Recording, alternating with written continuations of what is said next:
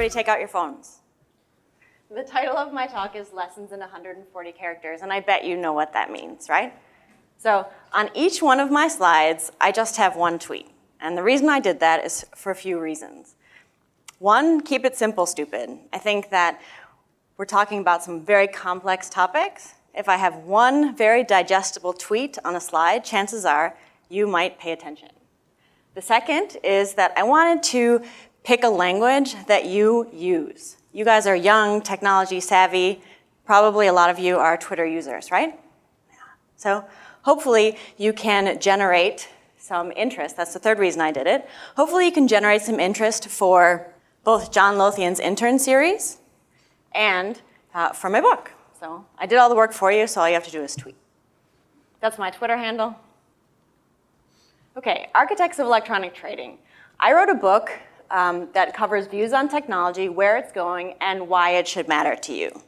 And why should it matter to you? It should matter to you alone from self-interest.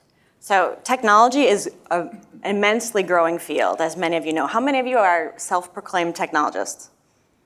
No? Programmers? Yeah? Well, I don't know about you, but if I look on LinkedIn, if I looked on Twitter, most of the jobs I see are not for marketing consultants. No. They're for technology professionals.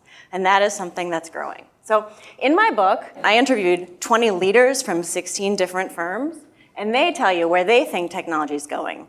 They talk about common themes, they talk about new emerging technologies, and they also provide some far-off predictions for what could change the industry, like quantum computing or wireless power. I'm really excited to be here. I'm a believer in interns, and I think especially on the technology side, interns bring a lot of skills that we don't have. Take me, for example. 3 months ago, I didn't use Twitter, and now I use Twitter. I'm not saying that I'm a professional at it, but it's not just social media where you bring skills. It's real programming skills. It's new programming languages. It's ways to approach problems that we don't think about. You guys are valuable, and in a lot of industries where we cannot necessarily hire young people, it's so valuable to have you come in as interns and teach old dogs new tricks. So there are a couple of major themes in my book. And one is that we can build better partnerships by bridging the knowledge gap between technology and business. A lot of people talked to you today already, and as I was listening, I thought, wow, that's a lot of new terms to expect interns to know. It took me 15 years to understand all of the terms in both technology and markets.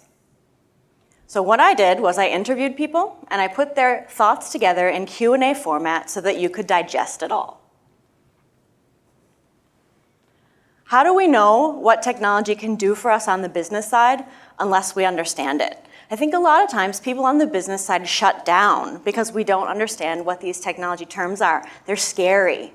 And if you talk to people on the business side as technologists, and if we on the business side understand a little more about what you're saying, then we can better understand how we can use technology together to form a partnership to solve really challenging issues that are coming our way. I cover specific technologies and broad themes: agility, speed, risk, and the important technology-human partnership. So agility, does anybody know why agility is important? As Carlos talked about, markets move fast. We have to be able to react fast.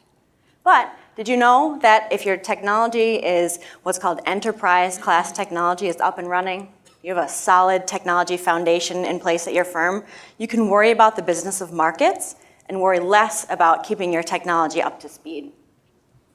Speed. Yes, Carlos also mentioned the fact that for HFT players, for proprietary trading firms, especially in the Chicago area, speed matters. But also I talk to people who say we're taking a step back from speed. It's too expensive for us to try to compete at this elite level. So we're going to try and derive our edge from something different. For example, new sources of information.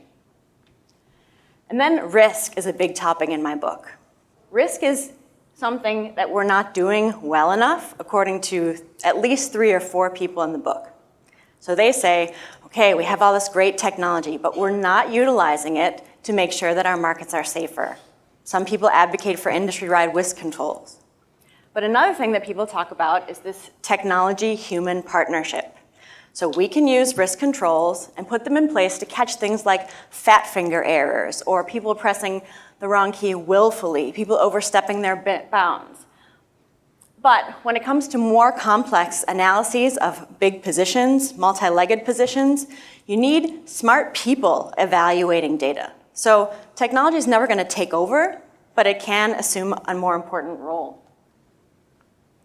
So I also did a heat map of the words that appear in my book because I thought, let's use technology to analyze a book on technology. So interns, thank you. Melanie, I couldn't do this by myself, thank you. So risk is one of the main themes in the book. You see the other things. Does anybody know what an FPGA is?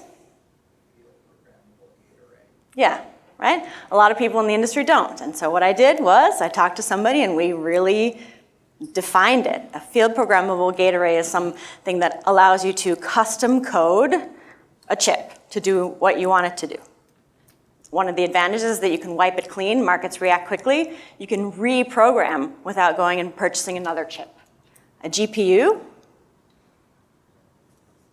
video game card that you can use to do things like parallel processing. So you get the picture. There are a lot of terms we don't necessarily understand, and we can utilize this technology if we better understand what it is. Communication's big. Big data, social media, cloud. So this is a nice way of looking at what appears in the book. We have a lot of challenges on the horizon. There's competition, cutthroat competition between elite firms. There are regulatory changes on the horizon. And another thing that emerged is that change itself is something that is daunting for many firms. So a lot of these firms are connected to, the trading firms are connected to myriad systems, automated trading systems, exchanges, back office systems. They have upgrades, mandatory upgrades on maybe a yearly basis. But on top of that, firms are taxed with finding the next technology that's going to give them a competitive edge. And how can you do that with a shortage of IT talent? There's a shortage of qualified people. So we can work together on the business and technology side. Maybe we can help alleviate some of these problems. One of the nicest things for me about writing a book on technology is that I was able to, A, expand my network and learn all these new things. But I was talking to people who were so excited. And we've had a lot of problems in our industry recently. We've had scandals, we've had financial crises. Well, technology is a really great story. It's one that's growing, and it's one that has power to move things forward. What can you imagine? I mean, right now I don't see too many people sending around Instagram market charts. Maybe we could be doing that. Maybe that can help us in some way. So you're not old enough, but on Saturday mornings after cartoons, they would have these little public service messages that talked about never stop learning. Tech leaders ask questions, and that is another nice thing that I learned. Technology leaders, 3 or 4 of them stress the fact that they ask questions because that's part of the scientific method. There's no shame in asking questions. There's no shame in admitting you don't know what's going on. Ask and learn. I learned the most. You can grow your network by asking people questions, and I think that John has admirably shown that people in this industry are very willing to share what they know.